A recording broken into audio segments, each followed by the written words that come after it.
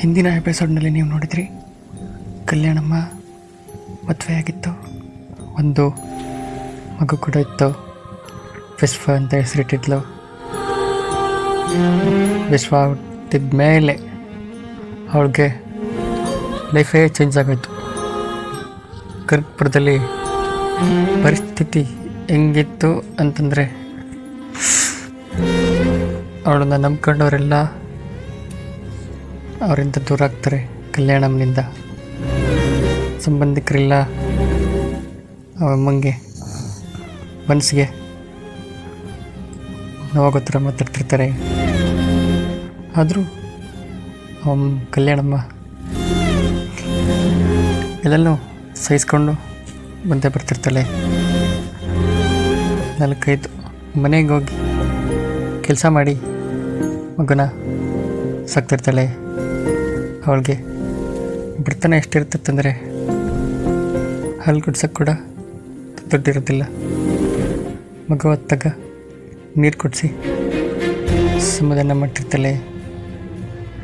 ಇಷ್ಟೊಂದು ಬಡತನದಲ್ಲಿದ್ದರೂ ಕೂಡ ತನ್ನ ಮಗ ದೊಡ್ಡ ವ್ಯಕ್ತಿ ಆಗ್ತಾನೆ ಅನ್ನೋ ನಂಬಿಕೆ ಅವಳ ಮನಸ್ಸಲ್ಲಿ ಯಾವಾಗಲೂ ಇರುತ್ತೆ.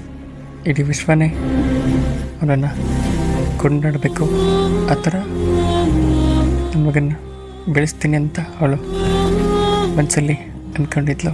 ಅದೇ ರೀತಿ ಅವಳು ಅವನಿಗೆ ದಿನ ರಾಮಾಯಣ, ಮಹಾಭಾರತ, ಪುರಾಣ ಕಥೆಗಳನ್ನ ಹೇಳಿ ಬೆಳೆಸ್ತಾ ಇರ್ತಾಳೆ. ಹೀಗಿರುವಾಗ ಒಂದಿನ ಕ್ಷಮ ವರ್ಸುತ್ತೆ. ಆ ಊರಲ್ಲಿ ಯಾವ ಥರ ಅಂದರೆ, ಕುಡಿಯೋದಕ್ಕೆ ನೀರು ಬರಗಾಲ ಬಂದ್ಬಿಡುತ್ತೆ. ಆಗ ಜನಗಳೆಲ್ಲ ಊಟ ನೀರಿಲ್ಲದೆ ಸಾಯ್ತಿರ್ತಾರೆ. ಇಂಥ ಸಂದರ್ಭದಲ್ಲಿ ಊರು ಬಿಡಬೇಕಾದ ಪರಿಸ್ಥಿತಿ ಬರುತ್ತೆ. ಊರು ಬಿಟ್ಟು, ಕನಕಪುರ ಬಿಟ್ಟು ಅವಳು ಪಕ್ಕದೂರಿಗೆ ಬರ್ತಾಳೆ. ಪಕ್ಕದೂರು ಯಾವುದಂದರೆ ಕನಕಾಂಬರಾಪುರ ಅಂತ. ಅಲ್ಲಿಗೆ ಬಂದಮೇಲೆ ಅವಳ ಜೀವನ ಹೇಗಿತ್ತು ಅಂದರೆ ಅಷ್ಟೇನು ಕಷ್ಟಕರವಾಗಿತ್ತು. ಕನಕಪುರದಲ್ಲಿ ಅವಳು ಬರಗಾಲ ಬಂದಮೇಲೆ ಕನಕಾಂಬರಾಪುರಕ್ಕೆ ಬಂದಳು. ಅಲ್ಲಿ ಅವಳ ಜೀವನ ಹೇಗಿತ್ತು ಅನ್ನೋದನ್ನು ಮುಂದಿನ ಎಪಿಸೋಡ್ನಲ್ಲಿ ಹೇಳ್ತಾ ಹೋಗ್ತೀನಿ. ಕನಕಾಂಬರಾಪುರದಲ್ಲಿ ಕಲ್ಯಾಣಮ್ಮ ಹೇಗೆ ಜೀವನ ಮಾಡಿದ್ಲು, ಅಲ್ಲಿ ಅವನ ಮಗನ ಲೈಫ್ ಹೆಂಗಿತ್ತು, ಆ ಮಗು 1 ವರ್ಷ ನಾಮಕರಣ ಸಮಯದಲ್ಲಿ ಅಲ್ಲಿ ಒಂದು ದೊಡ್ಡ ಚಮತ್ಕಾರನೇ ನಡೀತು. ಅದಾದರೂ ಏನು, ಆ ಚಮತ್ಕಾರದಿಂದ ಅವರ ಇಡೀ ಜೀವನನೇ ಬದಲಾಯಿತು. ಅದು ಯಾವ ಥರ, ಕಲ್ಯಾಣಮ್ಮ ತನ್ನದೇ ಆದಂಥ ಒಂದು ನೆಲೆನ ಕಂಡುಕೊಂಡ್ಲು. ಹೇಗೆ ಕಲ್ಯಾಣಮ್ಮನಿಗೆ ಬೆನ್ನೆಲುಬಾಗಿ ಒಬ್ಬರು ನಿಂತ್ಕೊಂಡ್ರು. ಅವ್ರು ಯಾರು? ಕಲ್ಯಾಣಮ್ಮನಿಗೆ ಕಿರಿಕ್ ಬಯಸಬೇಕು ಅಂತ ಒಬ್ಬರು ಯಾವಾಗಲೂ ಅನ್ಕೋತಿದ್ರು. ಯಾವ ಕಾರಣಕ್ಕೋಸ್ಕರ ಇದನ್ನೆಲ್ಲ ತಿಳ್ಕೋಬೇಕು ಅಂದರೆ ನೀವು ಮುಂದೆ ಬರೋ ಎಪಿಸೋಡ್ಸ್ಗಳನ್ನ ನೋಡಬೇಕು.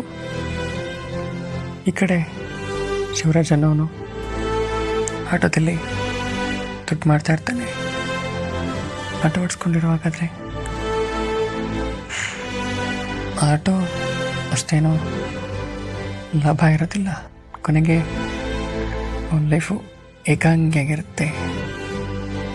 ಏಕಾಂಗಿಯಾಗಿರೋ ಟೈಮಲ್ಲಿ ಆ ಮನುಷ್ಯನಿಗೆ ಏನು ಮಾಡಬೇಕಂತಲೇ ಗೊತ್ತಾಗೋದಿಲ್ಲ. ಕೆಟ್ಟ ಚಟಗಳಿಗೆ ದಾಸ ಆಗ್ಬಿಡ್ತಾನೆ. ಯಾವ ಮಟ್ಟಕ್ಕೆ ಅಂದರೆ, ಅವರ ಅಕ್ಕ ತಂಗಿ ಯಾರೂ ಅವ್ರನ್ನ ನೋಡ್ಕೊತಿರೋದಿಲ್ಲ.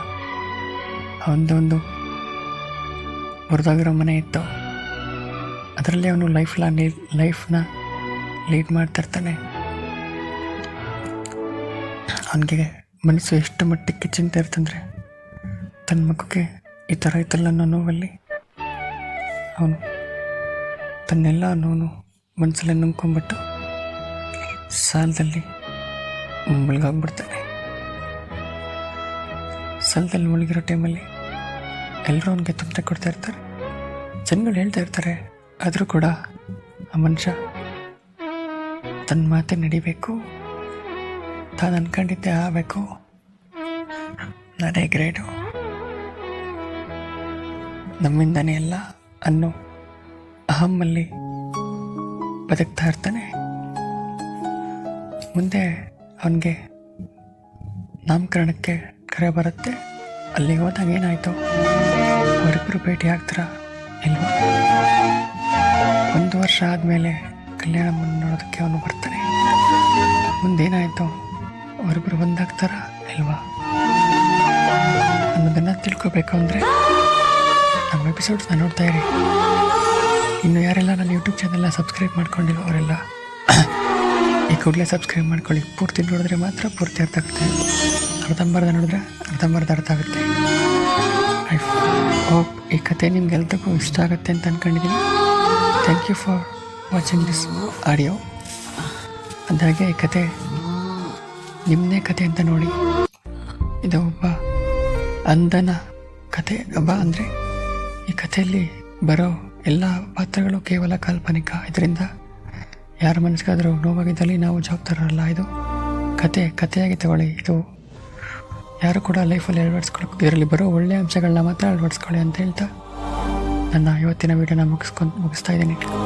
ಯಾರೆಲ್ಲ ಯೂಟ್ಯೂಬ್ ಚಾನಲ್ ಸಬ್ಸ್ಕ್ರೈಬ್ ಮಾಡಿನೋ ಸಬ್ಸ್ಕ್ರೈಬ್ ಮಾಡಿ, ಲೈಕ್ ಮಾಡಿ, ಕಮೆಂಟ್ ಮಾಡಿ, ಶೇರ್ ಮಾಡಿ, ಸಬ್ಸ್ಕ್ರೈಬ್ ಮಾಡಿ. ಹಾಗೆ ಬೆಲ್ ಐಕಾನ್ ಒತ್ತಿ. ನಮಗೂ ಎಲ್ಲ ವೀಡಿಯೋಸ್ಗಳು ನಿಮಗೆ ಬೇಗನೆ ಬಂದು ತಲುಪುತ್ತೆ ಅಂತ ಹೇಳ್ತಾ ಇಲ್ಲಿಗೆ ಈ ಸಂಚಿಕೆನ ಮುಗಿಸ್ತಾ ಇದ್ದೀನಿ. ಮತ್ತೆ ಸಿಗ್ತೀನಿ ಮುಂದಿನ ಸಂಚಿಕೆಯ ಜೊತೆ.